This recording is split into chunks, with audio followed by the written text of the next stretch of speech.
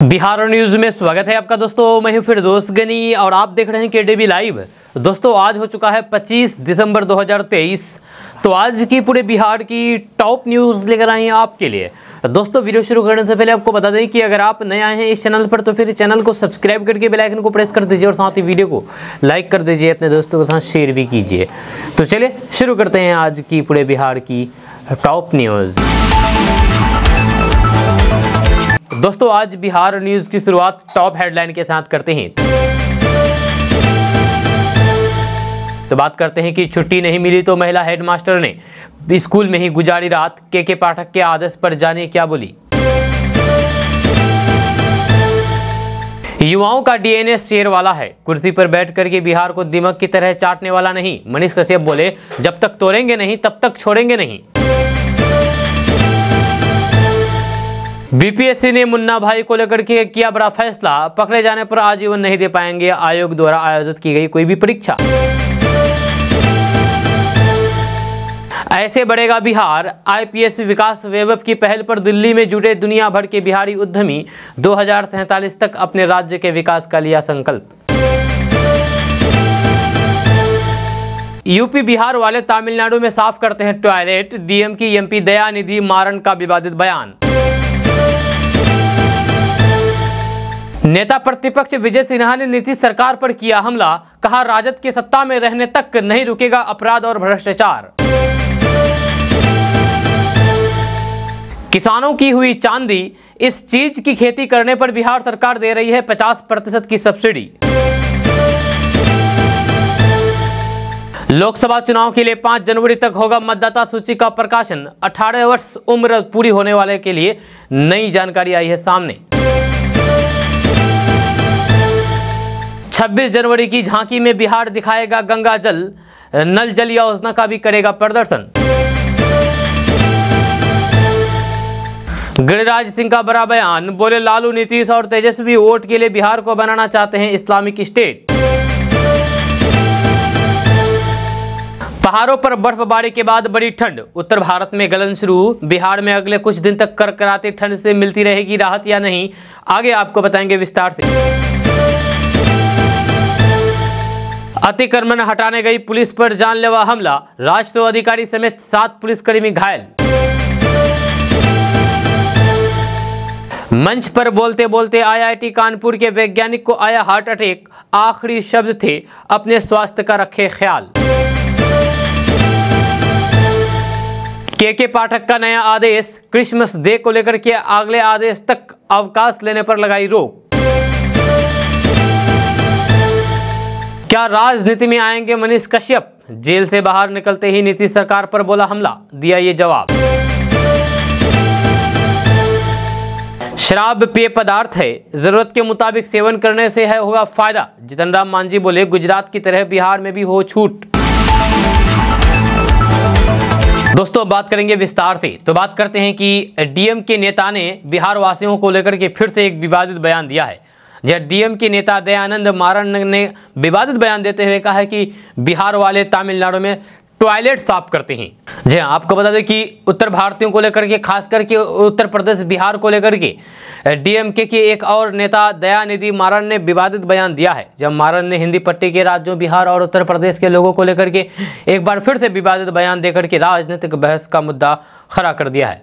DM के सांसद दयानिधि मारन ने कहा है कि बिहार और उत्तर प्रदेश के लोग जो केवल हिंदी सीखते हैं वे निर्माण कार्यों के लिए तमिलनाडु चले जाते हैं, वे सड़कों और फिर शौचालय की साफ सफाई जैसे छोटे मोटे काम करते हैं। इसके पहले डीएम के सांसद डीएनवी सेंथिल कुमार ने संसद के शीतकालीन सत्र के दौरान उत्तर भारत के राज्यों को गौमूत्र राज्य बताया था। इस तरह के बयान आने के बाद उत्तर भारत और दक्षिण भारत के बीच भाषाई मुद्दा एक बार फिर से गर्म हो सकता है। दोस्तों बिहार के उप मुख्यमंत्री तेजस्वी प्रसाद यादव ऑस्ट्रेलिया और नीदरलैंड की यात्रा करने जा रहे हैं। जहां तेजस्वी यादव को दिल्ली की कोर्ट ने आधिकारिक यात्रा के लिए ऑस्ट्रेलिया और न्यूजीलैंड जाने की अनुमति दे दी है। आपको बता दूं कि Tejashwi Yadav land for job घोटाले के मामले में आरोपित हैं। उन्होंने कोर्ट से 6 से 18 जनवरी तक देश से बाहर जाने के लिए अनुमति मांगी थी। इस पर भी स्पेशल जज विशाल गोगने की अदालत ने उन्हें अनुमति प्रदान कर दी है। यह कोर्ट ने उन्हें 25 लाख रुपए की राशि जमा करने का निर्देश दिया है और फिर उनका पासपोर्ट 1 साल के लिए नवीनीकृत कराने के लिए अनुमति दे दी है। हालांकि तेजस्वी के वकील ने उनका पासपोर्ट 10 साल के लिए नवीनीकरण करने की मांग की थी। उन्होंने हवाला दिया है कि तेजस्वी को बार बार आधिकारिक कार्य के लिए बाहर जाना पड़ता है।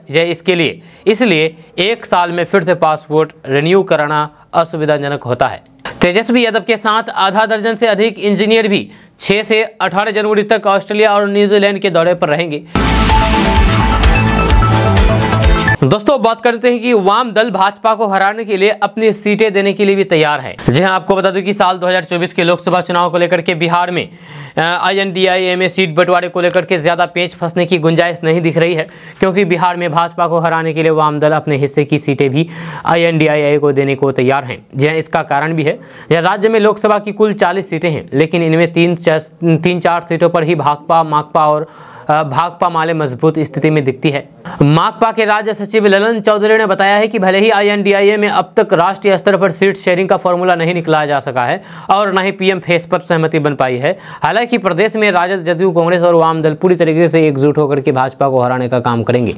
जब माकपा नेता ने कहा है कि प्रत्येक सीट पर अपना संयुक्त उम्मीदवार ही उतारेंगे। महागठबंधन के सामने हमने उजियारपुर, समस्तीपुर, खगड़िया और महाराजगंज सीट का प्रस्ताव रखा है। हालांकि भाजपा को केंद्र की सत्ता से बेदखल करने के लिए अपने हिस्से की सीटें भी कुर्बान करना पड़े तो फिर करेंगे। जब भाकपा ने बेगूसराय, मधुबनी और बांका लोकसभा सीट पर चुनाव लड़ने का प्रस्ताव महागठबंधन में रखा है। इस तरह भाकपा माले ने आरा, जहानाबाद, सिवान, काराकाट, वाल्मीकिनगर, पाटलिपुत्र, बक्सर और कटिहार सीट पर चुनाव लड़ने का प्रस्ताव रखा है। हालांकि इन दलों को अपनी सच्चाई मालूम है, इसीलिए माकपा हो या भाकपा, ये सब भाजपा को हराने के लिए अपने हिस्से की सीटें महागठबंधन को देने को तैयार हैं। दोस्तों इस बार गणतंत्र दिवस पर आयोजित परेड भविष्य के विकसित भारत की झलक दिखलाएगा। जय कर्तव्य पथ पर निकाली जाने वाली केंद्र सरकार के विभिन्न मंत्रालयों की झांकी में इस बात का खास ख्याल रखा गया है। जब विभिन्न राज्यों की झांकियों में भी उन पहलुओं को उतारा गया है जो देश को विकसित बनने की राह में ले जाने वाले हैं। शुक्रवार को झांकियों के चयन को लेकर के defence research and development organisation में तीसरे दौर की बैठक हुई। अंतिम दौर की बैठक 28 और 29 दिसंबर को होगी। जब बिहार की झांकी में गंगा जल प्रदर्शित किए जाएंगे। राज्य सरकार दिखाएगी कि वह अपने निवासियों को नलों के जरिए गंगा जल की आपूर्ति कर रही है। दोस्तों जदयू के राष्ट्रीय अध्यक्ष ललन सिंह ने दावा किया है कि INDIA के घटक दलों के बीच अधिकतम 3 सप्ताह के भीतर लोकसभा सीटों का बंटवारा हो जाएगा। गठबंधन में सीट या फिर नेतृत्व को लेकर के कोई भी मतभेद नहीं है, सब ऑल इज वेल है। जब वे शनिवार को यहां पत्रकारों से बातचीत कर रहे थे, ललन सिंह ने अनभिज्ञता प्रकट की है कि नई दिल्ली में हुई INDIA की बैठक में पश्चिम बंगाल की मुख्यमंत्री ममता बनर्जी ने गठबंधन के नेतृत्व के लिए कांग्रेस अध्यक्ष मल्लिकार्जुन खड़गे का नाम प्रकाशित किया था। जदयू अध्यक्ष ललन सिंह ने कहा कि बैठक में ऐसी कोई चर्चा हुई होती तो फिर उसकी जानकारी मीडिया को दी जाती। वैसे भी ममता बनर्जी कैसे किसी का नाम तय कर देगी। यह नीतीश कुमार विपक्षी एकता के सूत्रधार हैं, उन्हें किसी पद की इच्छा नहीं है। देश को भाजपा से मुक्त कराना ही उसका लक्ष्य है। उन्होंने कहा कि 3 राज्यों के विधानसभा चुनाव में जीत से भाजपा का मनोबल बढ़ा है। जहां तभी तो लोकतंत्र की हत्या हो रही है। यहाँ लोकसभा में 2 लोगों के अनाधिकृत प्रवेश पर जब विपक्ष के सांसद प्रश्न करते हैं तो उन्हें बाहर कर दिया जाता है। जब सदस्यों की मांग थी कि गृह मंत्री अमित शाह संसद में इस घटना पर जवाब दें, लेकिन गृह मंत्री संसद के बदले अहमदाबाद से बयान दे रहे हैं। दोस्तों बिहार के कटिहार में मिनी गन फैक्ट्री का खुलासा हुआ है। जब पुलिस ने खुलासा किया है। बिहार कटिहार जिला के अहमदाबाद थाना क्षेत्र के गोपालपुर ग्राम में मिनी गन फैक्ट्री संचालित होने की सूचना SP को मिली। सूचना के आधार पर SP के निर्देश पर SDPO सह पुलिस उपाध्यक्ष के नेतृत्व में शुक्रवार की रात मनिहारी थाना पुलिस पदाधिकारी को लेकर के एक टीम गठित करके छापेमारी की गई।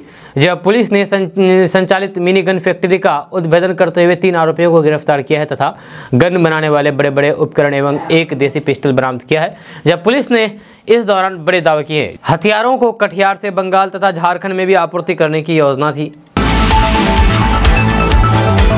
दोस्तों बिहार में क्रिसमस की तैयारी में लोग जुट गए हैं, जहां चर्च सज धज करके तैयार हो रहे हैं।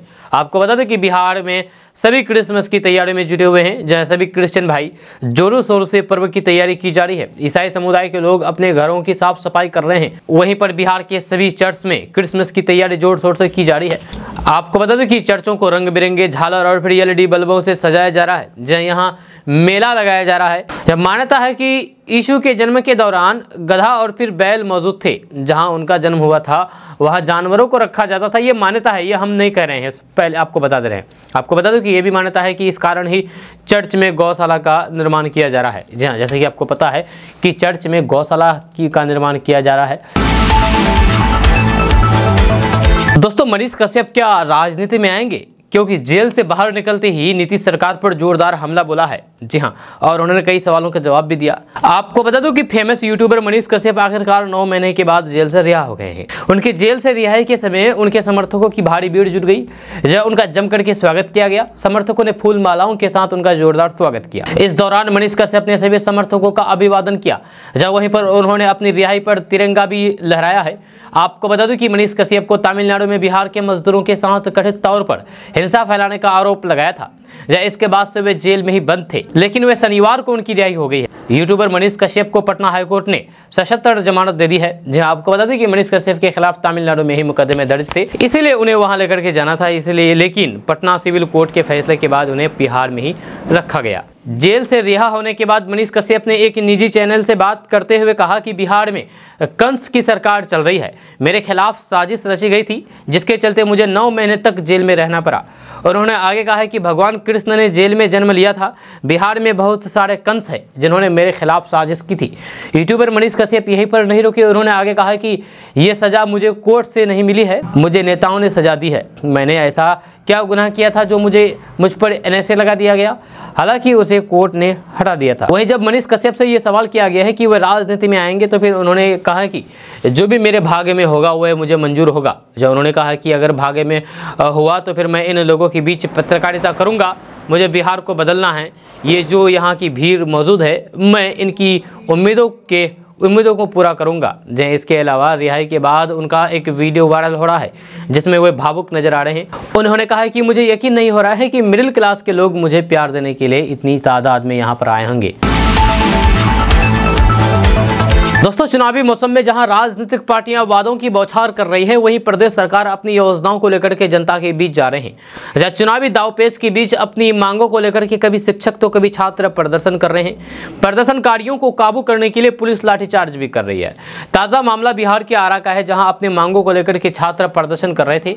प्रदर्शनकारियों को काबू करने के लिए पुलिस ने लाठीचार्ज कर दिया। छात्रों का आरोप है कि पुलिस अमानवीय तरीके से उन पर वर्दी का रौब दिखाया है। लाठीचार्ज मामले में बताया जा रहा है कि आरा के वीर कुंवर सिंह विश्वविद्यालय की सीनेट बैठक के दौरान अपने कई मांगों को लेकर के छात्र प्रदर्शन कर रहे थे, जब छात्रों को तितर बितर करने के लिए पुलिस ने लाठीचार्ज किया।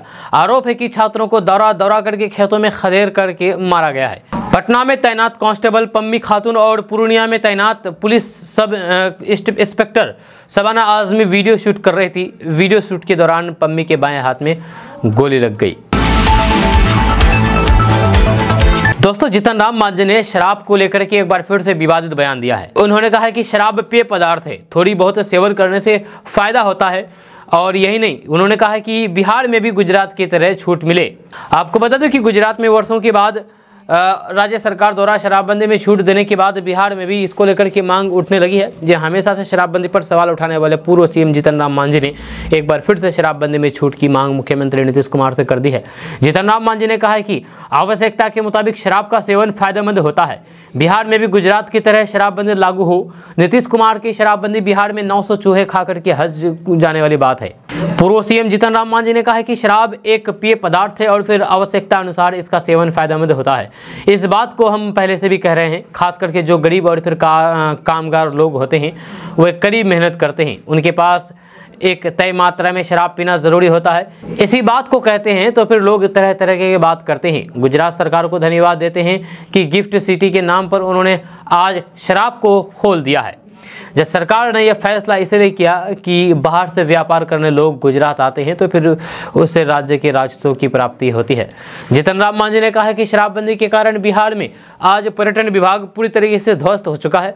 जहां सरकार कागजी बात दिखा करके दावा कर रही है कि पर्यटन व्यापार आगे बढ़ा है। बोध गया में ही बाहर के लोग आते हैं और फिर दिन भर घूमने के बाद वापस बनारस, कोलकाता और फिर हजारीबाग चले जाते हैं। अगर यहाँ पर शराब मिलती तो शायद यहाँ आज वे फॉरेन एक्सचेंज मिल रहा है और जो फॉरेन एक्सचेंज मिल रहा है उससे 10 गुना अधिक फॉरेन एक्सचेंज मिलता। उन्होंने कहा है कि बिहार में भी गुजरात मॉडल की तरह शराबबंदी होनी चाहिए। जैसे सभी लोग चाहते हैं कि शराबबंदी हो, लेकिन चादर को उतना ही फैलाओ जितना चादर फटे नहीं। लेकिन नीतीश कुमार 100 चूहे खा करके बिल्ली हज को जाने वाली बात करते हैं।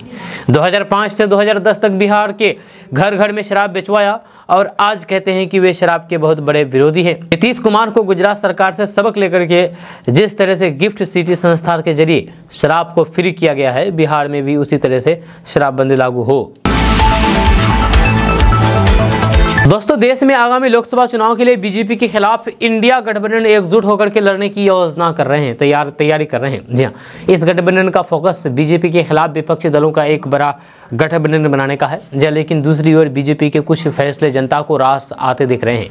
इस वजह से इसका सीधा सा असर उत्तर प्रदेश और बिहार में देखने को मिल सकता है। इसका खुलासा एबीपी न्यूज के सी वोटर द्वारा कराए गए सर्वे से हुआ है। दरअसल सी वोटर ने 15 दिसंबर से 31 दिसंबर के दौरान देश की सभी 543 लोकसभा सीटों पर सर्वे किया था। इस सर्वे में चौंकाने वाले परिणाम सामने आए हैं, खुलासे हुए हैं। जब सर्वे के रिजल्ट पर गौर करें तो इससे बीजेपी को यूपी और बिहार में फायदा होते हुए नजर आ रहा है। जब दूसरी ओर विपक्षी दलों के लिए इसे एक बड़े झटके के तौर पर देखा जा सकता है।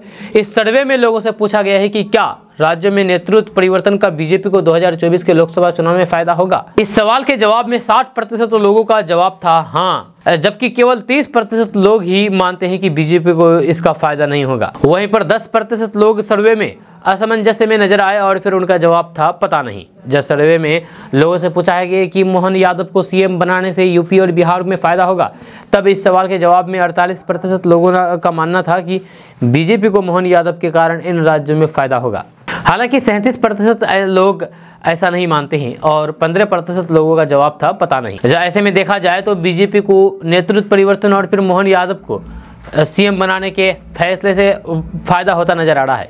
आपको बता दें कि विधानसभा चुनाव में बीजेपी ने राजस्थान, मध्य प्रदेश और फिर छत्तीसगढ़ में जीत दर्ज की है। इसके बाद इन तीनों ही राज्यों में बीजेपी ने सीएम के तौर पर नए चेहरे का दावा चलाया है, जहां अब ये सर्वे बीजेपी की इस फैसले पर मुहर लगाते हुए नजर आ रहे हैं। दोस्तों, बिहार कांग्रेस के प्रभारी पद से भक्तचरण दास को हटा दिया गया है, जहां उसकी जगह गांधी परिवार के करीबी नेता जगन मोहन प्रकाश को प्रभारी बनाया गया है। जब भक्तचरण दास जनवरी 2021 में बिहार कांग्रेस के प्रभारी बने थे, जहां उसी साल कुशेश्वर स्थान और फिर तारापुर विधानसभा के उपचुनाव के समय उनकी राजद अध्यक्ष लालू प्रसाद यादव से तीखी नोकझोंक हो गई थी। जहाँ भक्तचरण दास ने परंपरागत सीट के नाम पर कुशेश्वर स्थान पर दावा किया था, जहाँ इससे नाराज लालू प्रसाद यादव ने उन्हें भक्त नोचर दास कह दिया था। अब बिहार प्रदेश कांग्रेस की नई कार्यकारिणी भी गठित हो जाएगी, जहाँ प्रदेश अध्यक्ष डॉक्टर अखिलेश प्रसाद सिंह और फिर भक्तचरण दास के बीच कार्यकारिणी के सदस्यों के नए नामों पर सहमति नहीं होने के कारण अब तक कार्यकारिणी का गठन नहीं हो पाया था। दास के नाम पर कांग्रेस की राज्य इकाई शुरू से ही 2 हिस्सों में बटी हुई थी, जहाँ उनकी जगह प्रभारी बनाए गए मोहन प्रकाश सुझले हुए नेता माने जाते हैं। यह दास की तरह भी वह समाजवादी राजनीतिक पृष्ठभूमि से आते हैं। दोस्तों, इंडिया गठबंधन लगातार बीजेपी के निशाने पर रहा है, जहां इसी कड़ी में केंद्रीय मंत्री और बेगूसराय से सांसद गिरिराज सिंह ने बिहार के मुख्यमंत्री नीतीश कुमार और आरजेडी सुप्रीमो लालू प्रसाद यादव को घेरा है। दरअसल गिरिराज सिंह की तरफ से अपने सोशल मीडिया अकाउंट्स एक्स पर वीडियो के साथ पोस्ट करके लिखा गया है कि डीएम के सांसद दयानिधि मारन का कहना है कि यूपी बिहार के हिंदी भाषी लोग तमिलनाडु आते हैं और सड़कें और शौचालय साफ करते हैं। क्या बिहार के मुख्यमंत्री नीतीश कुमार और आरजेडी सुप्रीमो लालू प्रसाद हिंदी भाषी लोगों पर अपने गठबंधन सहयोगी की राय से सहमत है? या इसे स्पष्ट करना चाहिए कि डीएम की और फिर इंडिया गठबंधन को हिंदी भाषी बिहारी भाइयों और फिर बहनों से इतनी नफरत क्यों है? आपको बता दें कि कर्नाटक के मुख्यमंत्री सिद्धरामैया ने 2 दिन पहले ही स्कूल में हिजाब पहनने पर लगे प्रतिबंध को हटाने का ऐलान किया था, जिसको लेकर के केंद्रीय मंत्री गिरिराज सिंह ने निशाना साधते हुए कहा था कि हिजाब पर लगाए गए प्रतिबंध को हटा करके उनका मकसद सिर्फ हिजाब से प्रतिबंध हटाना नहीं है, बल्कि शरिया कानून को स्थापित करना है। गिरिराज सिंह ने कहा है कि जहां इंडिया गठबंधन की सरकार बनेगी वहां इस्लामिक कानून और शरिया कानून लागू हो जाएगा। उन्होंने हिजाब पर लगे प्रतिबंध हटाने को सनातन के खात्मे का सुनियोजित तरीका बताया है। जी आपको बता दें कि 22 दिसंबर को कर्नाटक के मुख्यमंत्री सिद्धरामैया ने प्रदेश के शैक्षणिक संस्थानों में हिजाब पहनने पर प्रतिबंध लगाए गए प्रतिबंध को हटाने का निर्देश दिया था। उनकी तरफ से कहा गया था कि कपड़े पहनना और खाना सभी का निजी मामला है।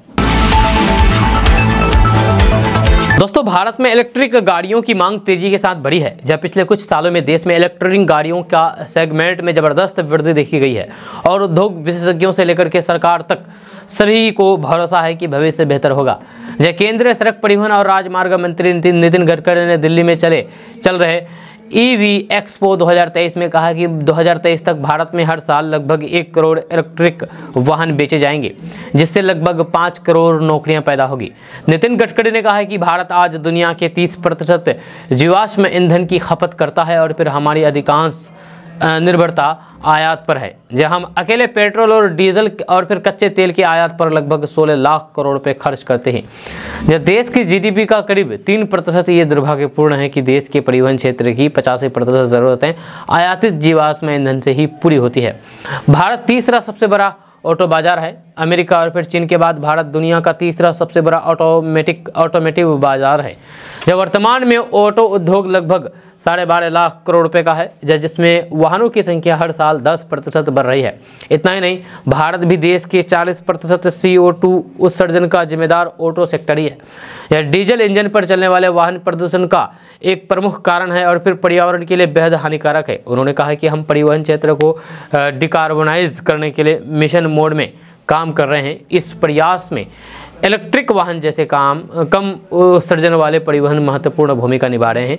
इलेक्ट्रिक वाहन परिवहन के लिए सबसे उपयुक्त, सुरक्षित और स्वच्छ हैं।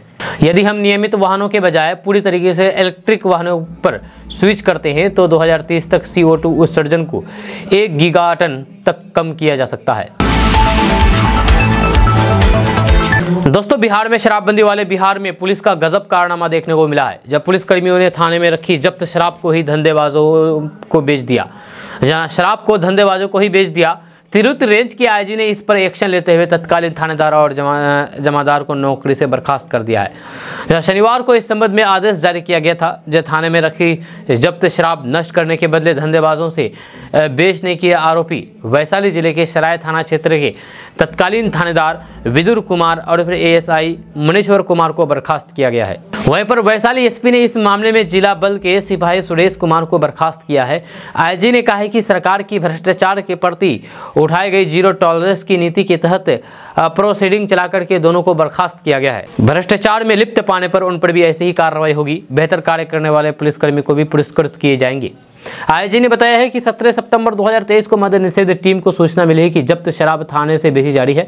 इसके बाद थाने में छापेमारी की गई। पाया गया था कि जब्त शराब माल खाने से निकाल करके पिकअप वैन में ला दी जा रही थी। जांच में पता चला है कि थाने से जिस शराब को बेचने की तैयारी थी उसे नष्ट करने का आदेश था। सराय थाने के दारोगा पुष्पराज शर्मा के बयान के आधार पर तत्कालीन थानेदार विदुर कुमार, माल खाना प्रभारी मुनेश्वर कुमार और फिर संतरी ड्यूटी में तैनात सिपाही सुरेश कुमार और फिर अन्य थानेदार मौजूद थे और इनको गिरफ्तार कर दिया गया है।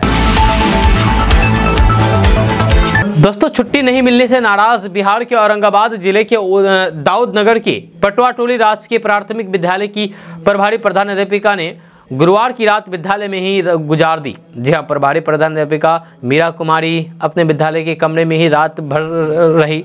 हालांकि उनका घर पास के ही बाबू अमोना गांव में है, जिसकी विद्यालय से दूरी लगभग 1.5 किलोमीटर है, पर वह इतने गुस्से में थी कि वह अपने घर नहीं गई। आपको बता दूं कि राजकीय प्राथमिक विद्यालय पटवा टोली का अपना भवन नहीं है। जहाँ ये विद्यालय दाऊदनगर शहर के लखन मोड़ में स्थित राजकीय मध्य विद्यालय संख्या 2 में शिफ्ट है। इधर विद्यालय में रात में रहने का कारण पूछते ही शिक्षिका बेहतर पड़ी। बाद में उन्होंने कहा कि बुधवार की शाम 5:15 हो रहा था। उन्होंने औरंगाबाद में हाजिरी बनाई थी, जहां वहां से हाजिरी बना करके देर रात दाऊद नगर पहुंची और फिर घर आते आते 8-9 बज गए। जब दूसरे दिन गुरुवार को सुबह 8 बजे डीडीओ को अब्सेंटी आवास पर पहुंचाया। उसके बाद बीआरसी गई जहां ताला बंद था। जब फोन करके गेट खुलवाया और फिर नियोजित शिक्षकों की अब्सेंटी दी। इसके बाद स्पेशल लीव के लिए आवेदन दिया लेकिन नहीं मिल पाया और कहा गया है कि 3 बजे के बाद लीव कर दें। वे अस्वस्थ हैं फिर भी छुट्टी नहीं मिली, जहाँ इससे मन चिड़चिड़ा हो गया। इधर प्रभारी प्रधानाध्यापिका मीरा कुमारी ने छुट्टी के लिए बीईओ को लिखे आवेदन में कहा कि बच्चों की उपस्थिति विद्यालय में 75% से कम हो जाने के कारण 20 दिसंबर को औरंगाबाद में जिला शिक्षा पदाधिकारी के कार्यालय में बुलाया गया था, जहां उन्हें शाम 5:15 तक वहां उपस्थित होना था। जब वे विद्यालय का काम पूरा करके वहां पहुंची थी।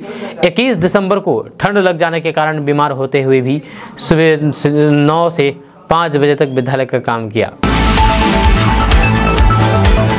दोस्तों, मनीष कश्यप ने कहा है कि बिहार के युवाओं का डीएनए शेर वाला है। कुर्सी पर बैठ करके बिहार को दीमक की तरह खाने वाला नहीं, चाटने वाला नहीं है।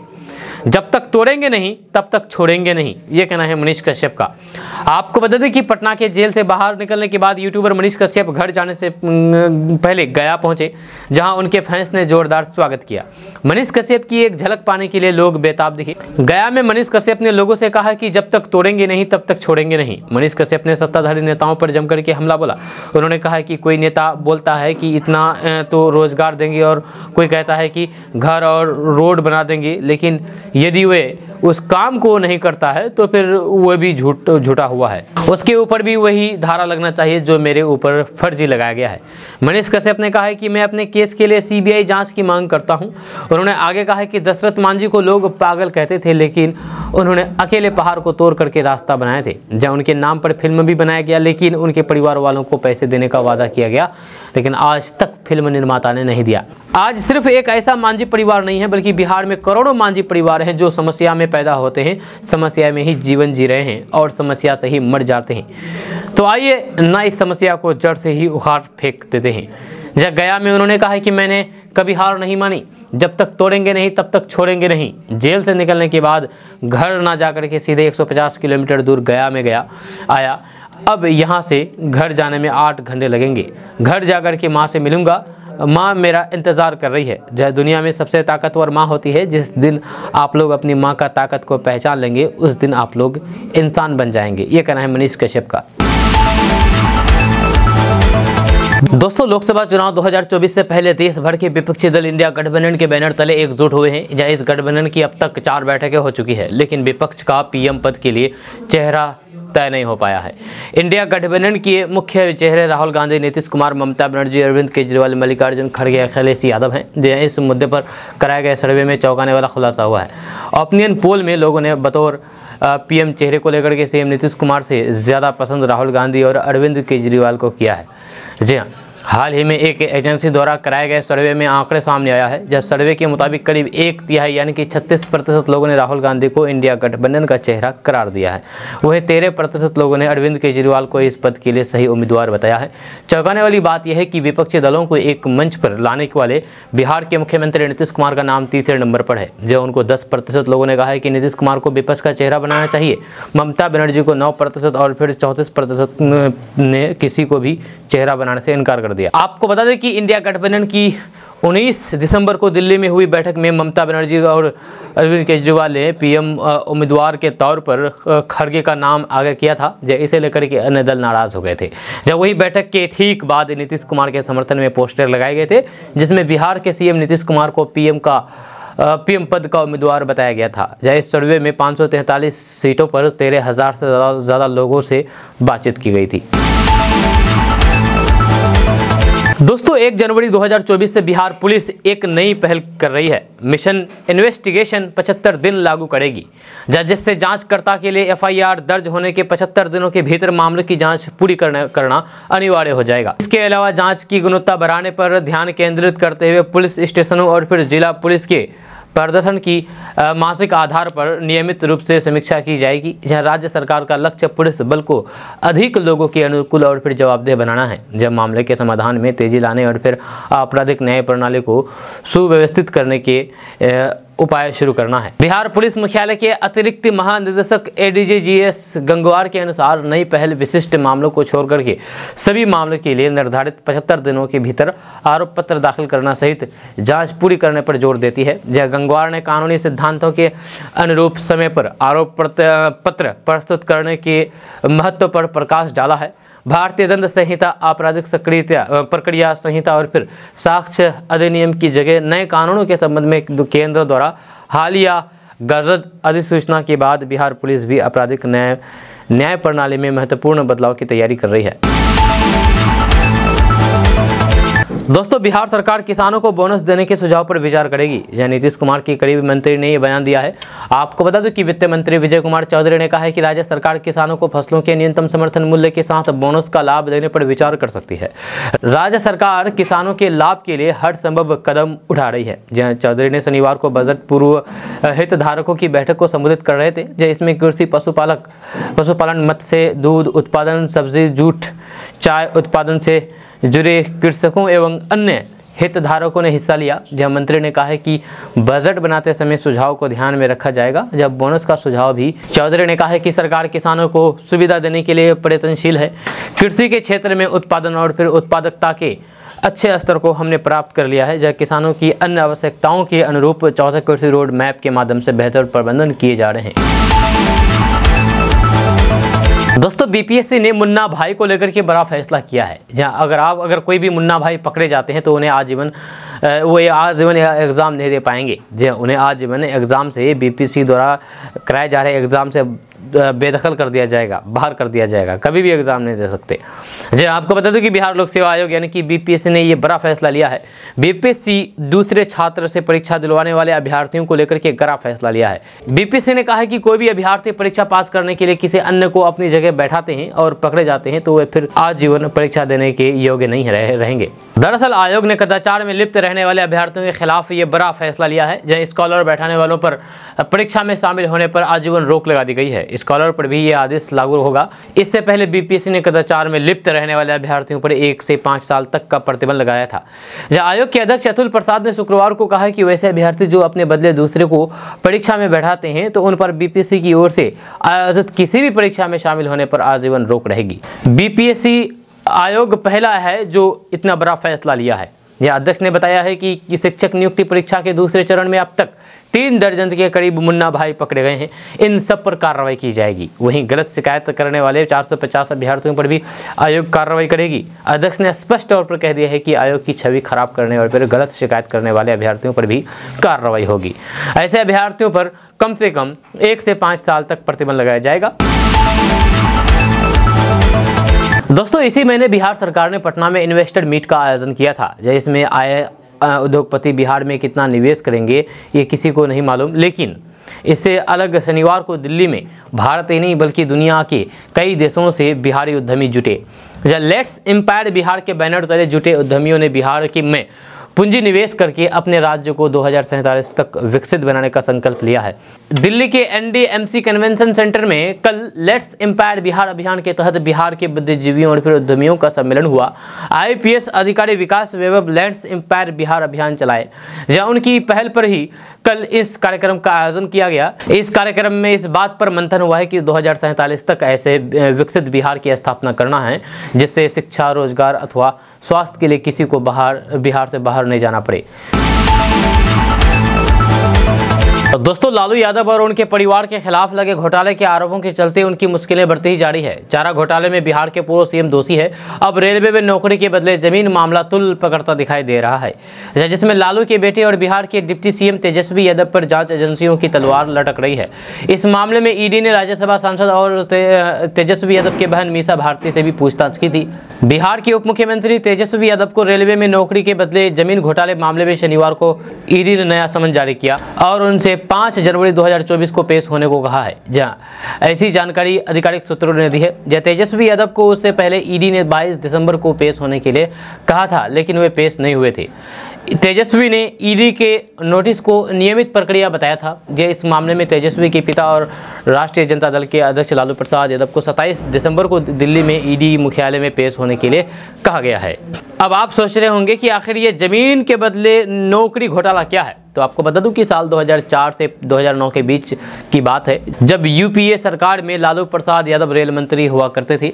रेल मंत्री रहने के दौरान उनके परिवार को कथित तौर पर उपहार में दी गई या फिर बेची गई जमीन के बदले रेलवे में की गई नियुक्तियों से जुड़ा हुआ ये पूरा मामला है। जहाँ कहा जाता है कि रेल मंत्री रहते हुए लालू प्रसाद और उनके कुछ खास लोग रेलवे में नौकरी दिलाने के नाम पर जमीन का सौदा कर रहे थे।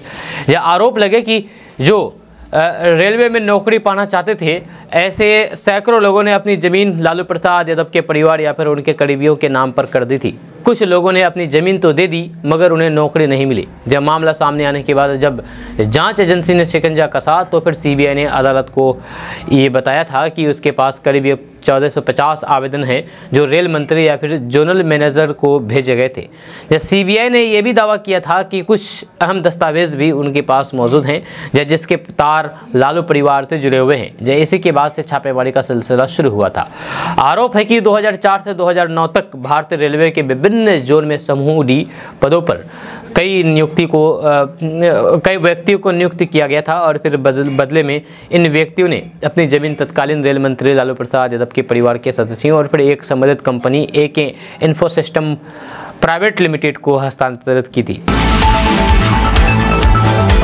दोस्तों, बिहार विधानसभा में नेता प्रतिपक्ष विजय कुमार सिन्हा ने कहा है कि जब तक राष्ट्रीय जनता दल सत्ता में रहेगा, बिहार में अपराध और भ्रष्टाचार पर लगाम लगाना संभव नहीं है। विजय सिन्हा ने कहा है कि राज्य के यानी कि बिहार के लोग 20 साल पहले के जंगल राज से परिचित हैं, जहाँ इसमें कई सारी अपराध होते थे। जहाँ अभी अकेले बेगूसराय में डॉक्टर से 20 करोड़ रुपए रंगदारी की मांग की है। दारोगा की जान ले ली गई और ज्वेलरी दुकान से करोड़ों की लूट बिहार के पुराने जंगल राज की याद दिला रहा है। जब राज्य में सरकारी आंकड़ा को ही माने तो फिर राज्य में हर दिन 8 लोगों की जान जारी है। जी हाँ, सच बात यह है कि सरकारी आंकड़े से दोगुना अधिक लोगों की जान ले रहे हैं ये अपराधी। शासन प्रशासन के द्वारा इन मौतों को बीमारी और सड़क दुर्घटना बता करके पल्ला झाड़ दिया जाता है। विजय सिन्हा ने कहा कि दारू और बालू माफिया को सत्ता का संरक्षण प्राप्त है, जनता तबाह है, पुलिस पर हमला, सरकारी कर्मियों पर हमला और फिर सरकारी संपत्ति की लूट अब सामान्य बात हो गई है। जब प्रखंड से जिला मुख्यालय तक अपराध और भ्रष्टाचार के कारण प्रशासनिक अराजकता व्याप्त है। भाजपा ने 1990 से 2005 के जंगल राज को हटाने के लिए राज्य की जनता के साथ मिलकर के संघर्ष किया और राजद को सत्ता से बाहर किया।